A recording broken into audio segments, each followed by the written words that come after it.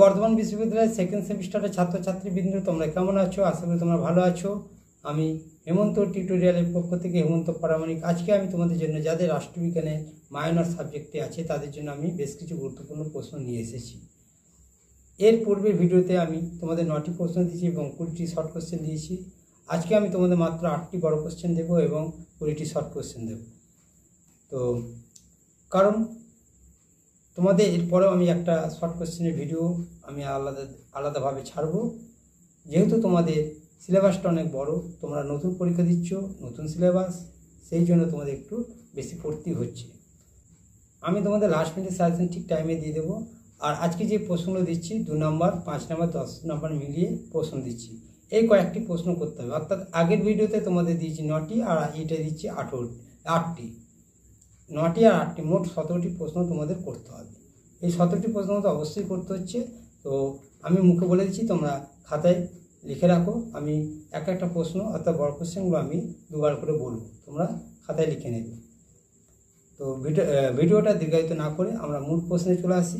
দেখো, প্রথম প্রশ্ন 2 নম্বরের জন্য রেখেছি। দেখো, প্রথম প্রশ্ন, ভারতের নির্বাচন কমিশনের অধীনে কতজন আঞ্চলিক কমিশনার আছেন?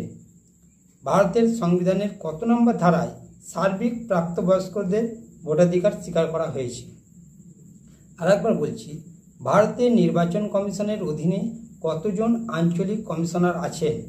ভারতের সংবিধানের কত নম্বর ধারায় সার্বিক প্রাপ্তবয়স্কের ভোটাধিকার স্বীকার করা হয়েছে? 2 নম্বর প্রশ্ন দেখো, রাজ্যপালের মোট সদস্যের সংখ্যা কত? ভারতের রাষ্ট্রপতি সেখানে কতজনকে মনোনীত করেন? 2 নম্বর প্রশ্ন হচ্ছে, রাজ্যপালের মোট সদস্য সংখ্যা কত? ভারতের রাষ্ট্রপতি সেখানে কতজনকে মনোনীত করেন? 3 নম্বর প্রশ্ন দেখো, ভারতে কোনো একটি অঙ্গরাজ্যের রাজ্যপালকে কে নিয়োগ করেন? কে রাজ্যের মুখ্যমন্ত্রীকে নিয়োগ করেন? 4 নম্বর প্রশ্ন দেখো, ভারতের সংরক্ষণ নীতির 2টি মূল লক্ষ্য উল্লেখ করো। ভারতের সংরক্ষণ নীতির মূল 2টি লক্ষ্য উল্লেখ করো। 5 নম্বর প্রশ্ন দেখো, মৌলিক অধিকার রক্ষার জন্য হাইকোর্ট কি কি লেখ জারি করতে পারে? মৌলিক অধিকার রক্ষার জন্য হাইকোর্ট কি কি লেখ জারি করতে পারে? 6 নম্বর প্রশ্ন দেখো, সংসদে জাতীয় জরুরি অবস্থার ঘোষণা কিভাবে অনুমোদিত হয়? সংসদে জাতীয় জরুরি অবস্থার ঘোষণা কিভাবে অনুমোদিত হয়? 7 নম্বর প্রশ্ন দেখো, ভারতের সংবিধানে 249 নম্বর ধারায় কি বলা হয়েছে? ভারতের সংবিধানে 249 নম্বর ধারায় কি বলা হয়েছে? 8 নম্বর প্রশ্ন দেখো, তুমি কি মনে করো যে সংবিধান সংশোধন পদ্ধতিগুলি যুক্তরাষ্ট্র বিরোধী? তোমার উত্তরের সপক্ষে যুক্তি দাও।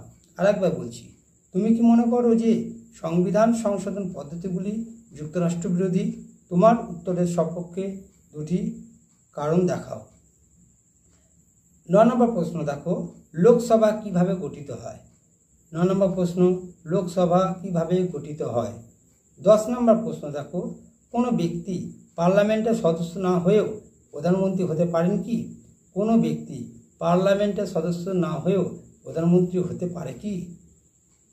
11 নম্বর প্রশ্ন দেখো, প্রশাসনিক সম্পর্কের বিষয়ে সরকারিয়া কমিশনের 2টি সুপারিশ উল্লেখ করো। 12 নম্বর প্রশ্ন দেখো, রাষ্ট্র পরিচালনার নির্দেশাত্মক নীতিগুলি 2টি সীমাবদ্ধতা নির্দেশ করো। রাষ্ট্র পরিচালনার নির্দেশাত্মক নীতিগুলির 2টি সীমাবদ্ধতা নির্দেশ করো। 13 নম্বর প্রশ্ন দেখো, বর্তমানে নির্বাচন কমিশনের সদস্য সংখ্যা কত এবং সংবিধানের কোন ধারায় নির্বাচন কমিশনের কথা বলা হয়েছে? আরেকবার বলছি, বর্তমানে নির্বাচন কমিশনের সদস্য সংখ্যা কত এবং সংবিধানের কোন ধারায় নির্বাচন কমিশনের কথা বলা হয়েছে? 14 নম্বর প্রশ্ন দেখো, সুপ্রিম কোর্টের মূল এলাকার অন্তর্ভুক্ত 2টি বিষয়ের নাম লেখো। সুপ্রিম কোর্টের মূল এলাকার অন্তর্ভুক্ত 2টি বিষয়ের নাম লেখো। 15 নম্বর প্রশ্ন দেখো, রাষ্ট্রপতিকে তার পদ থেকে অপসারণের যে কোনো একটি কারণ উল্লেখ করো। রাষ্ট্রপতিকে তার পদ থেকে অপসারণের যে কোনো একটি কারণ উল্লেখ করো। কে সাংবিধানিক 16 নম্বর প্রশ্ন, কে সাংবিধানিক প্রতিবিধানের অধিকারটিকে সংবিধানের আত্মা বলে বিবেচনা করেছিলেন? কে সাংবিধানিক প্রতিবিধানের অধিকারটিকে সংবিধানের আত্মা বলে বিবেচনা করেছিলেন? 17 নম্বর প্রশ্ন দেখো, রাজ্যপালের একটি বিশেষ অধিকারের উল্লেখ করো। রাজ্যপালের একটি বিশেষাধিকারের উল্লেখ করো। 18 নম্বর প্রশ্ন দেখো, রাজ্য ও যুগ্ম তালিকার প্রতিটি থেকে দুটি বিষয় উল্লেখ করো। রাজ্য ও যুগ্ম তালিকার প্রতিটি থেকে দুটি বিষয় উল্লেখ করো। 19 নম্বর প্রশ্ন দেখো, কোন সালে এবং সংবিধানের কোন সংশোধনী আইন দ্বারা ধর্মনিরপেক্ষ কথাটি প্রস্তাবনায় অন্তর্ভুক্ত করা হয়? কি বললাম? কোন সালে এবং সংবিধানের কোন সংশোধনী আইন দ্বারা ধর্মনিরপেক্ষ কথাটি প্রস্তাবনায় অন্তর্ভুক্ত করা হয়? লাস্ট কোশ্চেন অর্থাৎ 20 নম্বর প্রশ্ন দেখো, সংবিধানের কোন অংশ এবং কোন ধারায় মৌলিক কর্তব্যগুলি উল্লেখ আছে? সংবিধানের কোন অংশ এবং কোন ধারায় মৌলিক কর্তব্যগুলির উল্লেখ আছে?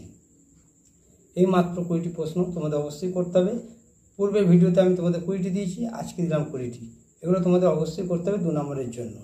এবার 5 আর 10 মানের প্রশ্ন দেখো।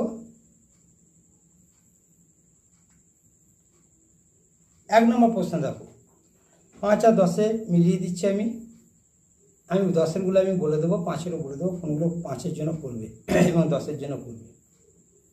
দেখো 1 নম্বর, লোকসভার অধ্যক্ষ বা স্পিকারের ক্ষমতা ও কার্যাবলী আলোচনা করো। লোকসভার অধ্যক্ষ বা স্পিকারের ক্ষমতা ও কার্যাবলী আলোচনা করো, 10-এর জন্য করে যাবে। 2 নম্বর প্রশ্ন দেখো, ভারতের রাষ্ট্রপতি ও প্রধানমন্ত্রীর ক্ষমতা ও পদমর্যাদা আলোচনা করো। ভারতের রাষ্ট্রপতি ও প্রধানমন্ত্রীর ক্ষমতা ও পদমর্যাদা আলোচনা করো। 3 নম্বর প্রশ্ন দেখো, নির্বাচন ব্যবস্থার বৈশিষ্ট্য ও ক্ষমতা কার্যাবলী আলোচনা করো। নির্বাচন ব্যবস্থার বৈশিষ্ট্য ও ক্ষমতা কার্যাবলী আলোচনা করো। এই 3টে কোশ্চেন তোমরা কিন্তু 10-এর জন্য করে যাও। 4 নম্বর প্রশ্ন দেখো, ভারতের রাষ্ট্রপতির নির্বাচন ও অপসারণের পদ্ধতি আলোচনা করো। ভারতের রাষ্ট্রপতির নির্বাচন ও অপসারণের পদ্ধতি আলোচনা করো। 5 নম্বর প্রশ্ন দেখো, পার্লামেন্টের বিল পাসের পদ্ধতি আলোচনা করো। 4 নম্বর প্রশ্নটা তোমরা করবে 5-এর জন্য। 5-এর মানের করে যাও, ভারতের রাষ্ট্রপতির নির্বাচন ও অপসারণের পদ্ধতি আলোচনা করো। এবার 5 নম্বর প্রশ্ন আসি, পার্লামেন্টের বিল পাসের পদ্ধতি আলোচনা করো। পার্লামেন্টের বিল পাসের পদ্ধতি আলোচনা করো, এটা তোমরা করবে 5-এর জন্য। 6 নম্বর প্রশ্ন দেখো, রাষ্ট্রপতির ভেটো ক্ষমতা আলোচনা করো। রাষ্ট্রপতির ভেটো ক্ষমতা আলোচনা করো, এটাও করবে 5-এর জন্য। 7 নম্বর প্রশ্ন দেখো, সুপ্রিম কোর্ট ও হাইকোর্টের গঠন কার্যাবলী আলোচনা করো। সুপ্রিম কোর্ট ও হাইকোর্টের গঠন কার্যাবলী আলোচনা করো, এটা করবে তোমরা 10-এর জন্য করে রাখবে। আর শেষ প্রশ্ন 8 নম্বর প্রশ্ন দেখো, ভারতীয় বিচার ব্যবস্থায় লোক আদালত গঠনের উদ্দেশ্য উল্লেখ করো।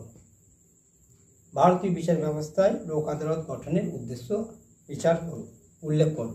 এই হলো তোমাদের 8টি প্রশ্ন। অর্থাৎ এই কোশ্চেনগুলো তোমাদের করতে হবে, এর মধ্যে তোমরা আশা করি কমন পেয়ে যাবে। তোমরা খুব ভালোভাবে তৈরি করে নিও প্রশ্নগুলো।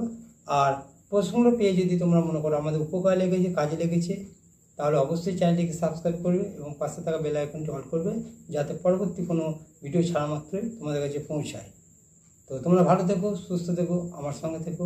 ধন্যবাদ।